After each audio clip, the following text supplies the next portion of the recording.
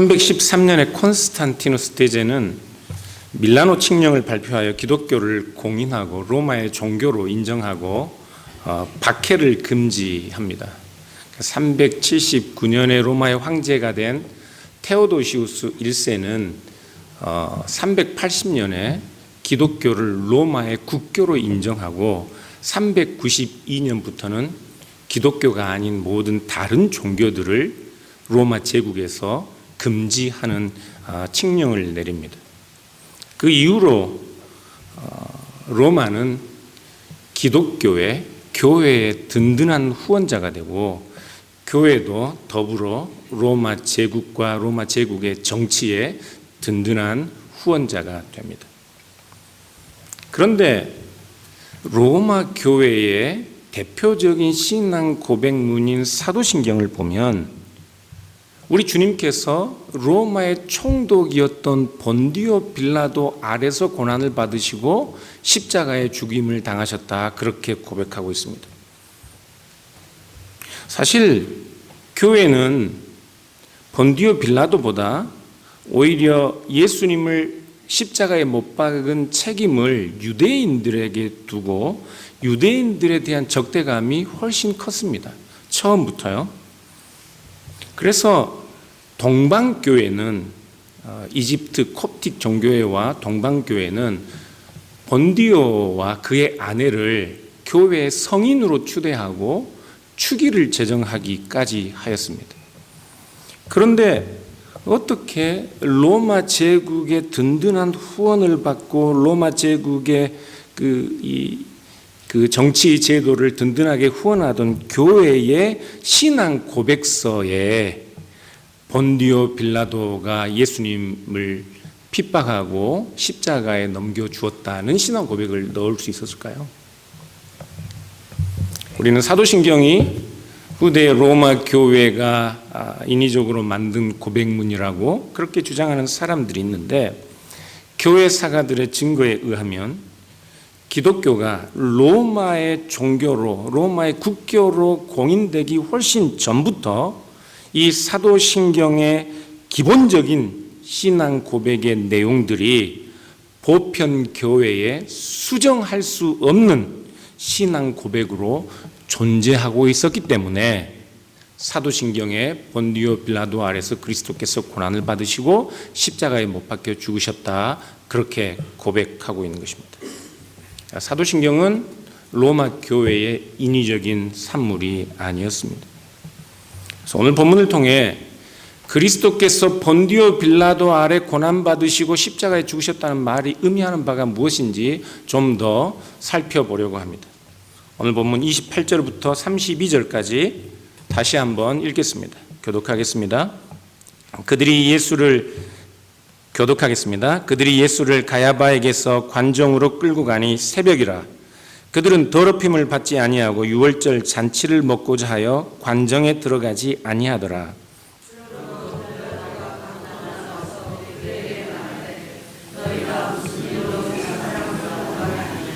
대답하여 이르되 이 사람이 행악자가 아니었더라면 우리가 당신에게 넘기지 아니하였겠나이다.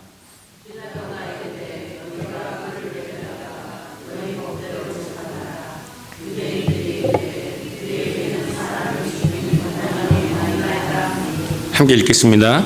이는 예수께서 자기가 어떠한 죽음으로 죽을 것을 가리켜 하신 말씀을 응하게 하려 함이로라. 본디오 빌라도의 관정에 예수를 끌고 간 유대인들은 유월절 절기 동안 먹을 음식에 참여하기 위해 이방인과의 접촉을 꺼려하여 관정에 들어가지 않습니다. 그런데 이러한 유대인들의 모습은 오늘 성경 본문에서 참으로 위선적이고 그들의 거짓과 그들의 불의함을 드러내는 그런 내용입니다. 유월절 식사에 참여하기 위해 그들의 정결함을 유지하기 위해 율법에 의해 부정해지지 않기 위해 그들은 율법이 가리키고 율법이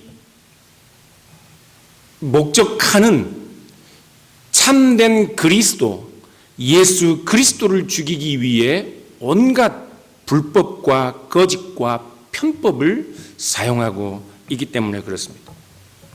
예수님은 이러한 유대인들의 위선과 외식을 향해 예전에 회칠한 무덤 같다 비판하신 적이 있습니다.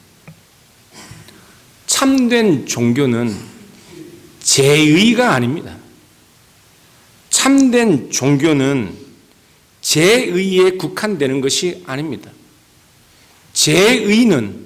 제의로 끝나는 종교는 이방 종교요, 우상들의 종교입니다. 유대교에서 제의는 하나님 앞에 제사를 드리고 절기를 지키는 것은 상징이고 그것은 그림자처럼 실제를 가리키는 기능을 하고 있었습니다. 그래서 실제가 없으면 그것은 다 무용한 것이고 가짜와 같은 것이었습니다. 실제는 곧 그리스도였습니다. 그들이 동물의 피를 흘려 제사를 지내도 그 동물의 피로 그들이 죄 사함을 받는 것이 아니라 그 동물의 피는 예수 그리스도의 피를 가리키고 있었고, 결국에는 예수 그리스도의 피로 인해 속죄함을 받은 때라야만 그 동물의 피 흘림도 유용하고 그 기능을 다할 수 있는 것이었습니다. 그래서 예수 그리스도의 속죄의 제사, 예수 그리스도의 피 흘림이 없었다면 구약의 모든 제의들도 결국에는 소용이 없는 것이었다고요. 예수님께서 요한복음 2장을 보면 성전에 들어가셔서 사람들에게 성전을 허물어라 말씀합니다. 그런데 요한복음 저자는 그 성전을 예수님께서 자기 몸을 가리켜 하신 말씀이라 그렇게 주석을 달았습니다. 그러니까 성전도, 성전에서 행해지던 제사들도, 유대인들이 지키던 유월절과 유대인들이 지키던 절기와 유대인들이 지키던 모든 율법도 모두 예수 그리스도를 가리키고 있었습니다. 그 모든 것은 예수 그리스도를 목적으로 하고 있었기 때문에 예수 그리스도에게까지만 유용한 것이었습니다. 요한복음 4장에서 예수님은 수가성 여인을 만나 너희가 영과 진리로 예배할 때가 오나니 지금이 바로 그때다 말씀하셨습니다. 영은 참되고 실제적인 것을 의미합니다. 그래서 영과 진리로 예배한다는 것은 참된 실제, 참된 그리스도 안에서 예배하는 때를 가리키는 것이고, 그래서 예수님께서는 영과 진리로 예배하는 때가 자기 자신과 함께 지금 여기 도래했다 말씀하셨던 것입니다. 그러나 유대인들은 이 유월절과 유대인들의 절기와 율법이 가리키는 참된 실제이신 그리스도를 불의한 재판관에 넘겨주고 자신들은 더럽혀지지 않기 위해 정결함을 유지하기 위해 그 관정에 들어가지 않습니다. 이런 위선과 이런 외식이 어디에 있습니까? 유대인들이 예수님을 빌라도에게 행악자라고 고발할 때는 그들은 이미 예수님을 어떻게 죽일 것인지 모종의 확실한 계획이 세워져 있었습니다. 그래서 그들은 빌라도에게 우리에게는 죽일 권한이 없다고 소리를 쳤던 것입니다. 우리에겐 죽일 권한이 없다고 빌라도에게 고함을 질렀던 이유는 그들이 예수님이 사형에 해당하는 죄인 행악자라는 것을 빌라도에게 호소하는 것이고, 그것은 곧 예수님께서 정치적인 죄를 지은 사람이라는 것을 주장하는 것입니다. 그 결과로 그들은 십자가 사형을 요구하고 있는 것입니다. 그들의 고발은 터무니없고 부당하며 불의한 것입니다. 그러나 그들의 고발과 그로 인해 예수님께서 당하게 될 죽음은 예수님께서 이미 자신이 어떻게 죽으실지에 관한 예수님의 예언에 관한 성취라고 성경은 말씀하고 있습니다. 예수님은 일찍이 인자가 땅에서 들려야 하리라 말씀하셨습니다. 그것은 자신이 어떤 죽음, 어떤 불의한 죄명으로 십자가에 달리게 될 것인지를 예언하는 것이었습니다. 유대인들은 예수님을 그 죄명으로 십자가에 달도록 빌라도에게 고소하고 있는 것입니다. 그래서 정치적인 혐의로 고소를 하는 유대인들을 떠나 관정으로 들어온 빌라도는 곧바로 예수님에게 이렇게 질문합니다. 33절부터 35절인데요. 같이 읽겠습니다. 이에 빌라도가 다시 관정에 들어가 예수를 불러 이르되 내가 유대인의 왕이냐? 예수께서 대답하시되 이는 내가 스스로 하는 말이냐? 다른 사람들이 나에 대하여 내게 한 말이냐? 빌라도가 대답하되 내가 유대인이냐? 내 나라 사람과 대제사장들이 너를 내게 넘겼으니 내가 무엇을 하였느냐? 내가 유대인의 왕이냐? 이 말은 로마인들에게는 가이사의 통치를 거절하는 영모죄에 해당하는 그런 개념을 뜻합니다. 그것은 위험천만한 단어입니다. 유대인의 왕, 그것은 마치 베드로가 병사들 앞에서 검을 꺼내어 휘두르고 내가 주님을 위하여 목숨을 바치겠나이다 고백하며 예수님께서 예루살렘 성전에 입성하실 때에 사람들이 그 앞에 옷을 벗어 깔고 오병이어로 5,000명을 먹일 때 사람들이 몰려와 예수님을 유대인의 왕으로 삼고자 한 그 열심과 관계된 것이었습니다. 누가복음 23장 2절을 보면 산헤드린 유대 공의회는 바로 이 정치적인 혐의로 가이사를 반역하는 죄로 예수님을 빌라도에게 고발하고 있는 것을 우리에게 설명합니다. 2절을 보면 고발하여 이르되 우리가 이 사람을 보매 우리 백성을 미혹하고 가이사에게 세금 바치는 것을 금하며 자칭 왕 그리스도라 하더이다 하니, 이런 유대인들의 고소 때문에 빌라도는 예수님에게 곧장 내가 유대인의 왕이냐 물으셨고, 그 상황을 아시는 예수님께서는 빌라도에게 동일한 이유로 이렇게 대답하셨습니다. 이는 내가 스스로 한 말이냐 아니면 나를 죽이기 위해 너에게 넘겨준 이들이 너에게 한 말이냐, 그렇게 되물으셨던 것입니다. 그래서 빌라도는 귀찮은 듯이 내가 유대인이냐 내가 상관할 바 아니다 한 후에 내 나라 사람과 대제사장들이 너를 내게 넘겼으니 내가 무엇을 하였느냐, 내가 무슨 일을 하였기에 저들이 너를 유대인의 왕으로 정치적인 혐의로 나에게 고발하였느냐, 그렇게 다시 물었습니다. 그래서 예수님은 36절에 이렇게 대답하십니다. 예수께서 대답하시되 내 나라는 이 세상에 속한 것이 아니니라. 만일 내 나라가 이 세상에 속한 것이었더라면 내 종들이 싸워 나로 유대인들에게 넘겨지지 않게 하였으리라. 이제 내 나라는 여기에 속한 것이 아니니라. 예수님께서 내 나라라고 말씀하시는 것은 참으로 중요한 의미가 있습니다. 예수님께서 내 나라라고 말씀하실 때는 예수님은 참으로 유대인의 왕이라는 말씀입니다. 예수님께서 참된 우리의 왕이라는 말씀입니다. 여러분은 어느 나라를 사시나요? 미국 시티즌들이 계시죠? 예, 여러분들의 내셔널리티는 유나이티드 스테이츠, 아메리카겠네요. 그렇죠? 저는 아직까지는 한국인입니다. 여러분은 어느 나라를 사십니까? 지금 예수님은 내 나라가 있다 말씀하십니다. 그리고 우리는 예수님께서 내 나라라 말씀하신 그 나라를 사는 자들입니다. 그 나라는 어떤 나라인가요? 그 나라는 어디에 있습니까? 미국이 아닌 다른 나라에 있나요? 아니면 저 유럽에 있나요? 아니면 한국에 있을까요? 그 나라는 이 세상에 속하지 않았습니다.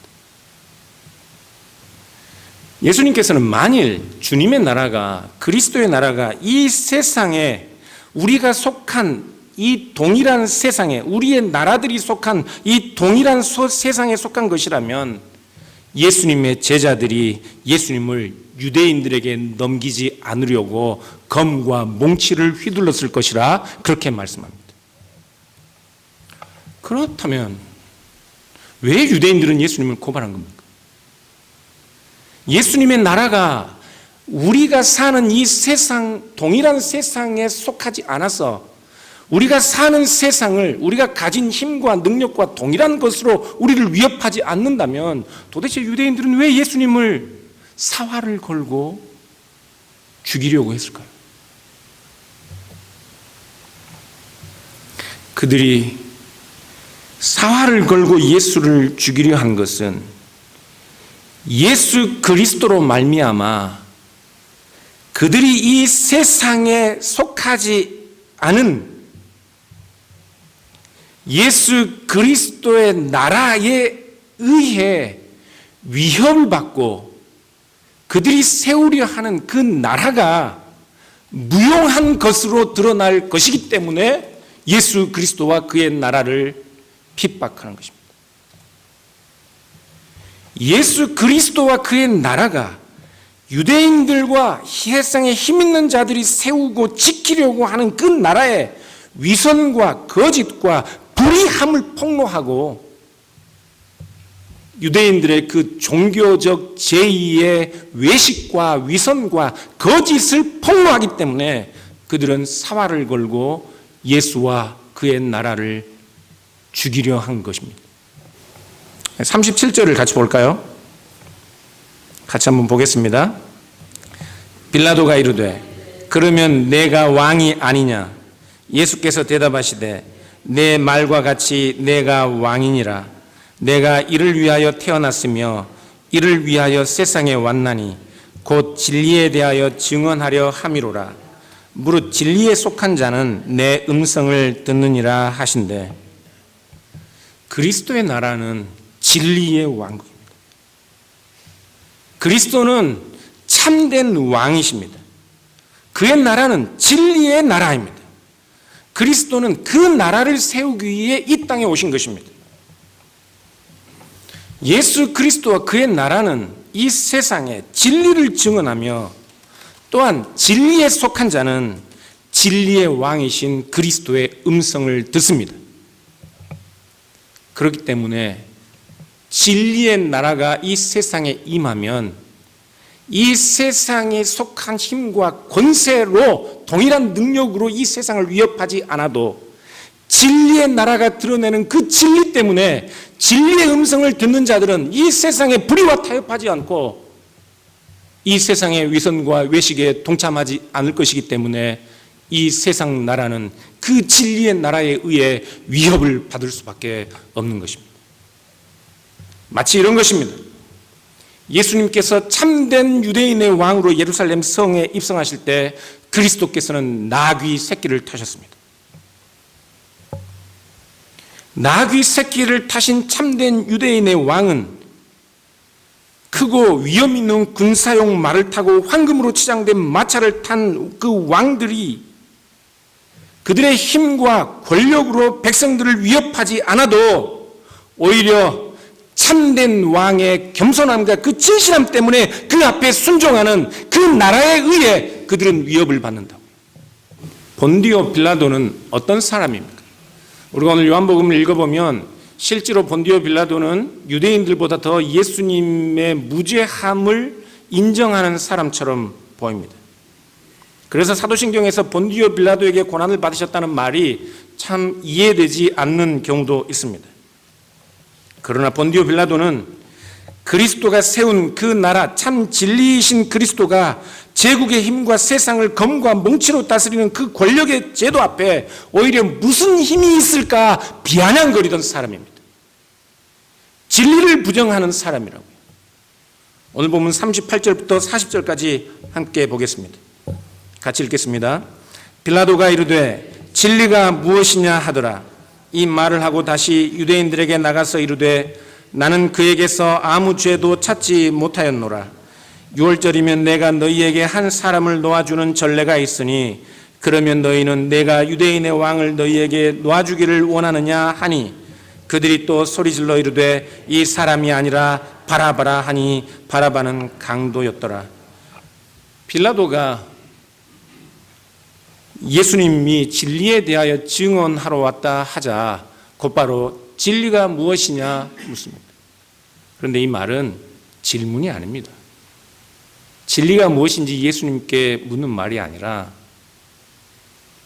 비아냥거림입니다. 진리가 너에게, 진리가 나에게 무슨 유익이 있느냐는 말이라. 쉽게 말하면 진리가 밥 먹여주냐. 그 말을 하고 곧장 밖으로 나간다고. 그리고 빌라도의 자기 모순적인 행동을 보십시오. 그는 사람들 앞에 예수에게서 아무 죄를 찾지 못했다고 합니다. 그럼 어떻게 해야 하나요? 어떻게 해야 하나요? 예수를 풀어주어야 합니다. 그렇지 않습니까? 죄가 없는 사람이기 때문에. 그런데 그는 6월절 명절이 되면 특별히 사면하는 일이 있으니 이때 너희의 왕인 이 예수를 풀어주는 것이 어떠하냐 유대인들과 딜합니다. 빌라도의 친절이 아닙니다. 우리는 본문을 잘못 읽을 수 있어요. 죄인이라야 특별 사면의 대상이 되는 것입니다. 그런데 예수님은 무죄한 자였습니다. 근데 빌라도는 무죄한 예수를 특별 사면의 대상으로 유대인들에게 딜하고 있습니다. 이런 부당한 재판이 어디냐? 부당하지 않습니까? 여러분들은 빌라도가 예수님이 죄가 없는 것 같다고 하니까 빌라도가 좀 더 착해 보이죠.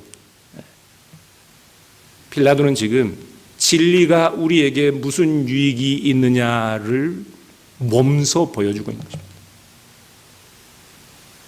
우리는 진리, 진실을 따라 행동하는 사람들 아닙니다.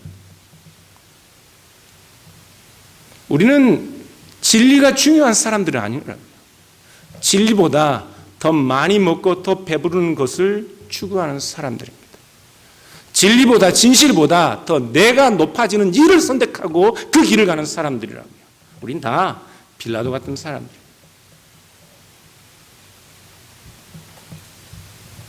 빌라도가 그리스도에 관한 특별 사면을 이야기하자 유대인들은 무죄한 죄 없는 예수가 아니라 옥에 갇혀 있는 강도 바라바를 석방하라고 합니다. 참 자기 모순입니다. 강도라는 말은 그 당시에 이 바라바가 로마를 대항하여 혁명을 일으켰던 사람임을 암시하는 겁니다. 그러니까 실제로 로마의 위협이 되는 사람은 예수가 아니라 바라바입니다. 그런데 예수를 죽이기로 결의한 유대인들과 이 빌라도의 재판은 처음부터 끝까지 그 종교적 외식과 거짓과 정치적 곤모술수에 의해 그들이 고발한 그 동일한 죄명으로 오히려 그 죄에 해당하는 사람을 풀어주고 예수 그리스도를 사형에 처하고 있는 것입니다. 이 불의한 재판을 보십시오. 여러분, 본디오 빌라도, 이 법정이 다스리고 있는 이 재판 위에 세워진 세상의 나라들을 한번 상상해 보십시오. 거기에 어디 진리가 있습니까? 세상의 모든 불의한 권력과 종교가 함께 결탁하여 불의하고 악한 일을 자행하고 있습니다. 세상의 권력도 사실은 종교가 지향하고 목적하는 것과 다른 것이 아닙니다. 여러분, 우리 기독교인들이 정치인들을 보고 욕하고 하는데요. 사실은 교회가 추구하고 교회가 얻고자 갈망하는 것도 그 정치인들이 붙들고 있는 그 힘과 동일한 것이라고요. 그래서 사도신경에 유대인들이 아니라 본디오 빌라도의 이름이 거론되고 있는 것입니다. 종교인들도 세상에 어느 누구도 그 권력과 그 자기 마음대로 불의를 행할 수 있는 힘을 얻고자 하기 때문에 빌라도의 이름이 거론되고 있는 것이죠. 종교가 추구하는 그 권력이나 본디오 빌라도의 권력이나 다른 옷을 입은 같은 놈입니다. 종교라고 더 거룩한 것이 아니라고. 불의한 빌라도의 힘이나 자기 자신들의 유익을 위해서는 거짓을 앞세우고 약한 자를 짓밟으면서 자기 자신은 위협당하지 않을 것 같은 그 불의한 권력을 종교인들도 구하고 있습니다. 그런데 그들은 예수 그리스도와 진리이신 그리스도께서 다스리시는 그 나라가 바로 그 자신들이 구하는 그 폭력의 무상함과 그것의 모순과 불의함과 죄악성을 그대로 폭로하고 드러내기 때문에 예수 그리스도와 그리스도의 나라를 거절하고 부정하는 것이라고요.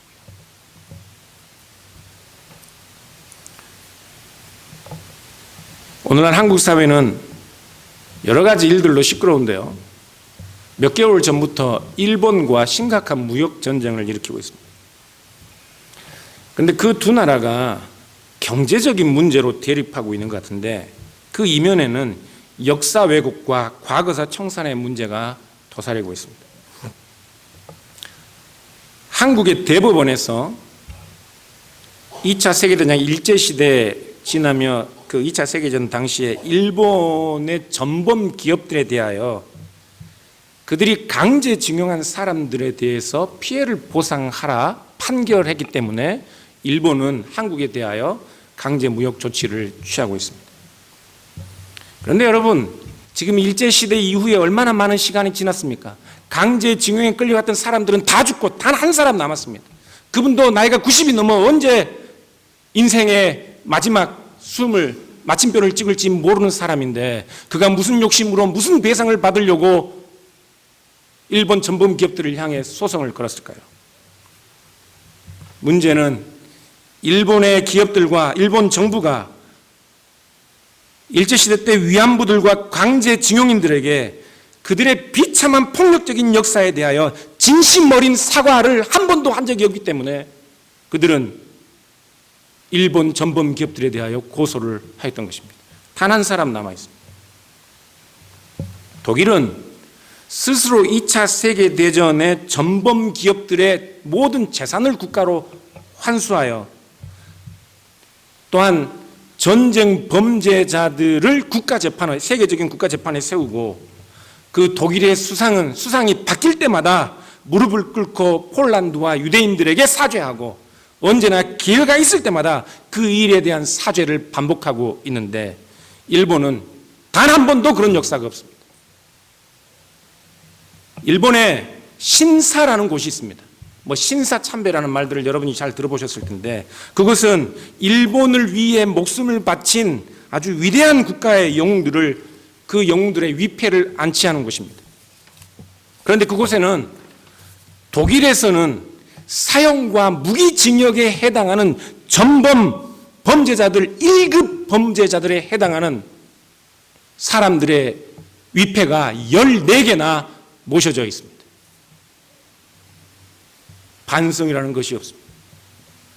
이것이 세상 나라들이 움직이는 원리입니다. 진리라는 것이 중요하지 않다고요. 그들은 한국의 위선적이고 불의한 정치인들과 경제보상이라는 제목으로 화해하는 듯 했지만 정작 위안부들과 강제징용 대상자들에게 피해 당사자들에게는 진심 어린 사죄의 고백을 해본 적이 없습니다. 이것이 본디오 빌라도가 불의한 권력을 휘두르는 세상의 법정과 같은 것입니다. 예수님은 이런 법정에서 이런 세상의 재판 아래서 고난을 받으시고 십자가형을 받으셨습니다. 그렇다면 사랑하는 여러분, 오늘날에도 마찬가지입니다. 예수님이 서셨던 그 불의한 권력의 횡포 아래 여전히 힘없고 연약한 이들이 부당한 모함을 받고 불의한 판결로 죄를 뒤집어쓰고 목숨을 잃어가고 있습니다. 그런데 교회는 진리가 무슨 유익이 있느냐 하고 있다고요. 도대체 진리의 나라를 세우신 진리이신 그리스도를 믿는 교회가 진리에 관심이 없습니다. 옳고 그름에 관심이 없어요. 아니 옳고 그름을 판단할 능력조차 상실해버렸습니다. 교회들은 여전히 세상의 권력을 탐하고 있습니다. 세상의 큰 교회들, 자기들을 자랑할 만한 교회들은 오히려 자신들의 힘과 안녕을 도모하기 위해 세상의 거짓과 불의한 권력에 침묵하고 동조하고 때로는 그 불의한 힘들의 목소리를 보태기까지 합니다. 빌라도가 진리가 무엇이냐고 그렇게 조롱했던 것처럼 교회도 진리에 대하여 조롱하듯 관심이 없다고요. 그래서 이 세상이 그리스도께서 세우신 그 진리의 왕국 때문에 전혀 위협을 받지 못합니다. 그리스도의 나라 때문에, 그 진리 때문에 도전을 받거나 위협을 느껴서, 그래서 이 세상의 권력이 사활을 걸고 교회와 싸우고 교회를 핍박하려 하지 않는다고요. 교회가 진리를 잃어버렸기 때문에 그렇습니다. 나가서 세상의 불의에 대하여 데모하고 목소리를 높이란 말이 아닙니다. 진리의 나라를 사는 우리는 진리 가운데 거하고 진리를 행해야 한다는 말이라고. 교회가 진리 가운데 행하지 않으니 이 세상이 진리를 알 턱이 있습니까? 우리는 너무 편한 길, 너무 넓은 길을 익숙하게 걸어왔습니다. 독일의 신학자 헬무트 틸리케는 주님께서는 우리로 하여금 늘 우리가 가던 그 길, 많은 사람들이 가던 그 길에서 우리를 정지하도록 명령하시고 우리를 깜짝 놀라게 하신다, 그렇게 말씀합니다. 왜냐하면 그리스도의 나라는 진리의 나라이기 때문에 그렇습니다. 우리는 거짓과 위선과 불의가 판치는 나라를 살다가 진리인 그리스도를 보고 그 진리의 나라를 섬길 때 깜짝 놀라며 우리가 가던 길에 멈춰서게 되는 것이라고요. 그 그리스도의 나라, 그 진리가 우리를 정지하게 하고 깜짝 놀라게 하며, 그래서 우리로 하여금 이 살벌한 세상에서 아무도 양심의 가책 없이 말하고 행동하는 그 사람들 속에서 사랑과 정의와 진리와 평화를 이야기해야 하는 그 좁고 협착한 진리의 나라, 진리를 향한 길을 가도록 우리를 충동질하는 것입니다. 사랑하는 여러분, 우리는 그리스도의 나라를 삽니다. 미국인이어도 그리스도의 나라를 살고 한국인이어도 그리스도의 나라를 삽니다. 그러므로 우리가 추구하고 우리가 걸어야 하는 길은 미국 사람들, 한국 사람들이 걷는 길이 아니라 예수 그리스도, 우리의 참된 진리이신 그리스도께서 가신 그 길을 걷는 것입니다. 그 그리스도의 나라를 사시는, 그리하여 여러분의 삶을 통해 이 세상이 깜짝 놀라고 가던 길을 멈추는 그 역사가 일어날 수 있기를 주님의 이름으로 축원합니다. 기도하겠습니다.